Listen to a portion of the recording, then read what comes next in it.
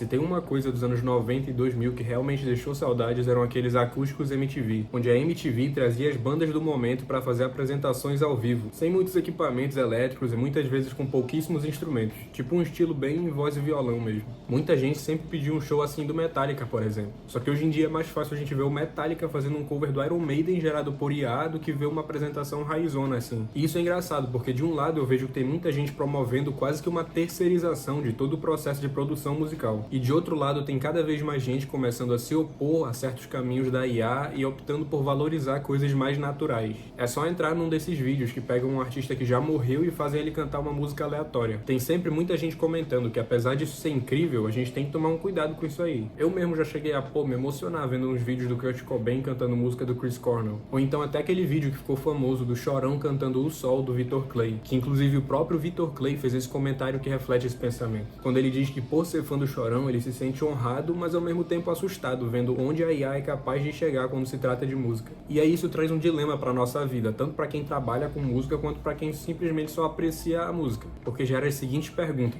mas isso realmente tem diferença na música em si? No aumento ou no declínio da qualidade da música no mundo? E o que vai acontecer na vida de quem faz ou só gosta de música? Essa sexta, no Globo Repórter. Não, eu tô brincando, bora falar disso agora, segue comigo. Então, o que tá acontecendo na tecnologia e na IA da música nesse momento e como isso tem impactado a música num contexto geral? Pois então, não só a IA, mas as tecnologias no geral, como o autotune exagerado, tem tirado um pouco a naturalidade da música, gerando uma comparação negativa para as pessoas que não sabem o que tá por trás daquilo e se sentem incapazes de fazer igual, porque as coisas já evoluíram tanto que já tá difícil para quem não tem um contato direto com aquilo conseguir perceber o que é real e o que é fabricado. E aí às vezes a pessoa tá vendo um vídeo no Instagram de alguém que canta super bem, que na verdade aquela pessoa fez um monte de mecanismo de correção de tom, de configurações, quando na verdade a pessoa falhou em algum momento ali, mas tu não percebeu porque isso daí foi corrigido. E aí parece que toda vez que tu vê alguém, aquela pessoa é muito boa, só que não, aquela pessoa na maioria das vezes é igual a ti. Óbvio que tem muita gente talentosa por aí, mas isso não é o comum. Mas aí quando as pessoas veem alguém aparentemente muito outlier assim, a pessoa começa a se comparar e se colocar pra baixo. E no contexto da música tem até alguns instrumentos que têm ficado meio largados às traças, em alguns contextos. Tipo a bateria, que desde o começo dos anos 2000 pra cá, muitas bandas não têm contratado bateristas porque têm feito a mimetização do som da bateria por computador. E sim, para alguns contextos, isso daí melhora muita coisa, tipo para um cantor de trap. Um cara que tá começando na música, quer fazer uma coisa própria, não faz muito sentido ele contratar uma banda inteira, uma bateria para fazer isso daí para ele, então realmente facilita nesse contexto. Mas por outro lado, tem gente querendo usar isso daí para fazer tudo, tem ficado tipo a galera do filme do Wall-E, lembra do filme do Wall-E? O pessoal ficou obeso lá no espaço porque as máquinas cuidavam de tudo, aí ficou todo mundo obeso e burro porque não se levantavam nem pra fazer nada, porque as máquinas cuidavam de tudo e raciocinavam por ti. E aí tem gente que aparentemente tá caminhando pro mesmo lugar, dependendo quase que 100% de outras coisas, tipo a pessoa tá lá sozinha, pô, num piano, num violão, num instrumento, caneta com papel e não consegue tirar nada de lá, porque ela só consegue fazer as coisas na música se tiver ajuda de computadores. E óbvio, daqui a um tempo isso pode ser mais normalizado, mas hoje eu, por exemplo, não consigo admirar uma criação de inteligência artificial tanto quanto eu consigo admirar uma criação do ser humano. Esse tempo eu tava vendo muitos vídeos sobre produção musical da galera lá na época dos anos 2000, 2010, assim, tipo coisa do Timbaland, que ele é um produtor, pô, fez muito sucesso lá pelos anos 2000, todo mundo trabalhou com esse cara. E ele era um hitmaker nato, tudo que ele fazia dava certo e sempre tinha a marca dele nas músicas. Tu conseguia ouvir, tu conseguia perceber semelhanças.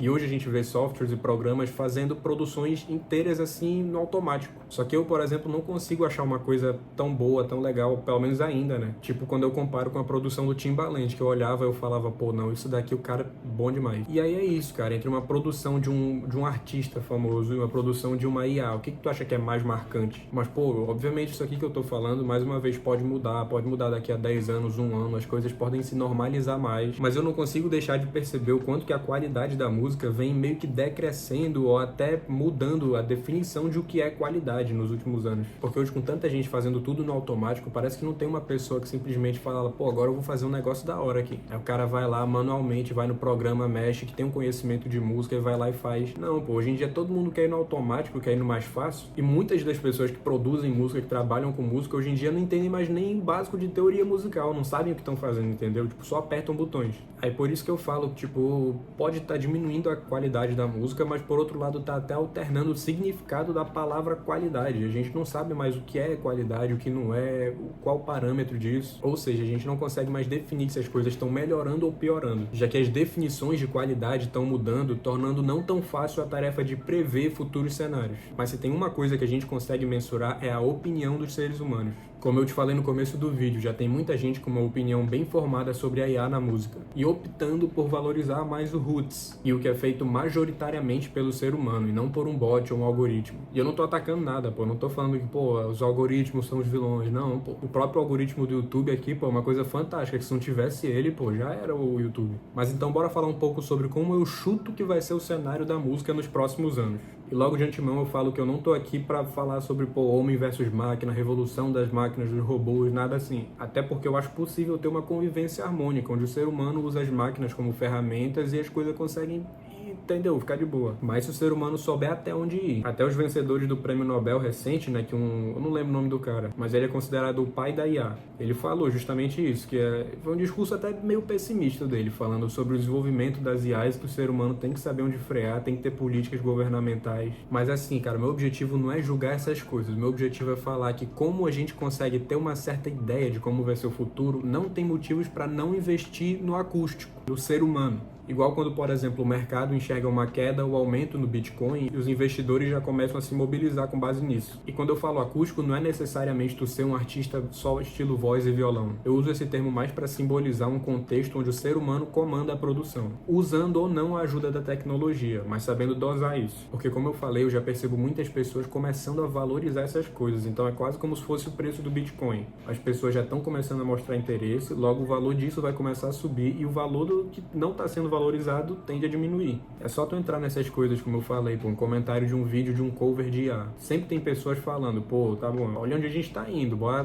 com cuidado, entendeu? Porque hoje o foco da indústria musical tá muito na quantidade, no comercial, e pouco na qualidade, no artístico. Mas os tempos mudam e as pessoas já estão começando a enxergar mais a música como arte, tentar valorizar a parte artística da música. Porque a sociedade, aqui ó, filosofias, a sociedade costuma viver sempre num dualismo, que é isso ou aquilo, uma ideia e uma antítese, um ponto e um contraponto. Então a sociedade está sempre alternando de opinião. A gente vê isso, por exemplo, na literatura, na história, quando tem sempre períodos que se negam. Tipo, vem a reforma e vem a contra-reforma. Vem um período que valoriza a razão, seguido por um que valoriza a emoção. Na história, na literatura, na política, tudo a gente vê isso. Ah, mas esses períodos duravam séculos cada um. Pois é, mas só do quarto final do século XX, ali para década de 70 até os anos de hoje em dia, a tecnologia já evoluiu muito mais rápido do que em 200 anos. E junto dela, a sociedade evolui junto, por causa do avanço nas redes de informação. E assim, esse negócio tantos anos a gente evoluiu mais que em 200 foi um dado da minha cabeça, porque eu não tenho dados exatos disso daí, que eu pesquisei, eu não achei. Mas enfim, tu entendeu, isso daí é meio óbvio, né? Depois da revolução tecnológica, a sociedade, pô, agora é para cima o tempo todo na tecnologia, exponencial o negócio. Tanto é que por volta ali de 1965, quando foi começando a desenvolver melhor a tecnologia, os computadores, surgiu a Lei de Moore, ali no começo da revolução tecnológica, que ela diz que o poder do processamento dos computadores dobra a cada 2 anos. E como a evolução dos computadores e da tecnologia tem avançado de forma exponencial, faz sentido que a sociedade também esteja evoluindo numa velocidade parecida. Tá quase ficando sem luz aqui, tá no final da tarde, mas eu vou até recomendar esse livro que eu tô lendo agora, do Harari, que é o cara que fez Sapiens Homo Deus. Ele lançou esse ano esse daqui, do Nexus, que fala justamente sobre as redes de informação e como essas redes de informação foram a principal coisa para a sociedade evoluir até os dias de hoje. E assim, o tema central desse livro é a inteligência artificial. Então, se tu quiser ter uma olhada melhor sobre esse tema, eu recomendo a leitura. Fugindo já, né, desse contexto da música, mas mais no panorama geral, se tu quiser entender como a evolução da sociedade se deu por conta dessa evolução das redes de informação e hoje em dia das redes de informação inorgânica, né, que no caso são os computadores. Então, se tu tiver interessado, quiser dar uma lida, eu vou deixar aqui na descrição o link desse livro, lá da Amazon. E tá ficando de noite, que eu geralmente gravo de tarde, mas agora eu fui gravar só no final da tarde, então, mas calma aí, tá acabando. Mas aí, dito isso, o que resta pra nós fazermos, quem tá dentro desse ambiente da música? Pois então, eu não vou falar pra ti ser contra o sistema, pô, nem nada disso. A gente tem que surfar de acordo com a onda. Porque se tem automações e ferramentas que foram feitas pra acelerar o teu trabalho, a tua produção e facilitar a tua vida, não tem motivo pra não usar. O problema é quando tu quer usar essas coisas pra substituir uma coisa que tu não tem que substituir. Porque lembrando, a gente tem que surfar a onda, mas a gente tem que buscar um jeito de manter a nossa originalidade sempre. Tanto nas coisas que tu faz, quanto no jeito que tu age. Que o original tem mais sustentação no longo prazo. A minha parte, por exemplo, eu tô fazendo, que é estudar a teoria musical, tentar me esforçar para aprender as coisas sobre música e não só ir no automático, para que um dia eu mesmo possa entender sobre criação de música e fazer coisas de qualidade na música. Que isso já está sendo mais valorizado e eu aposto que daqui a um tempo isso daí é o futuro, pelo menos um futuro próximo. Então nesse mar de informação, de tanta gente fazendo a mesma coisa, eu recomendo que tu procure entender qual é a tua identidade, entender o que te faz ser tu, entender qual é a tua identidade e como tu quer refletir isso dentro da música. Porque o principal problema nesse fluxo de informação muito rápido é que isso te faz perder o teu senso crítico e tu acaba meio que virando um minion ali, fazendo o que todo mundo tá fazendo. E aí, obviamente, tu não consegue se destacar, destoar do ambiente. Parece coisa motivacional, tipo, não vire um NPC. O mundo é tão maluco que hoje em dia até os NPC viraram NPC, né? Obrigado pelo café, obrigado pelo café. E querendo ou não, isso exemplifica tudo que eu te falei aqui. O que fica pra ti é isso, procura ter um senso crítico e não agir no automático. Sobre a questão de surfar a onda, uma reflexãozinha final. Até um surfista não surfa todas as ondas. Numa competição de surf, a gente vê que a maior parte do tempo não é o surfista surfando a onda, mas sim ele analisando qual onda que ele vai querer pegar. Qual onda vai mais valer a pena ele surfar. Porque é muito melhor pegar uma onda maior, que tu consiga tirar mais manobras e boas manobras dela, do que pegar a primeira que aparecer e não conseguir tirar nada dela e quando perceber já acabou. Enfim, futuramente eu posso falar mais desse assunto aqui do futuro da música, né? Futuramente eu posso falar mais do futuro, mas enquanto isso eu te convido a pegar um chá, um café e assistir esse vídeo de novo, para fixar essas informações sobre ter um senso crítico e uma identidade bem formada, que eu tenho certeza que tu vai pegar coisas que passaram despercebidas e que vão te servir muito bem para esse cenário próximo. Obrigado demais pela tua atenção, tamo junto! Está ficando de noite, tamo junto!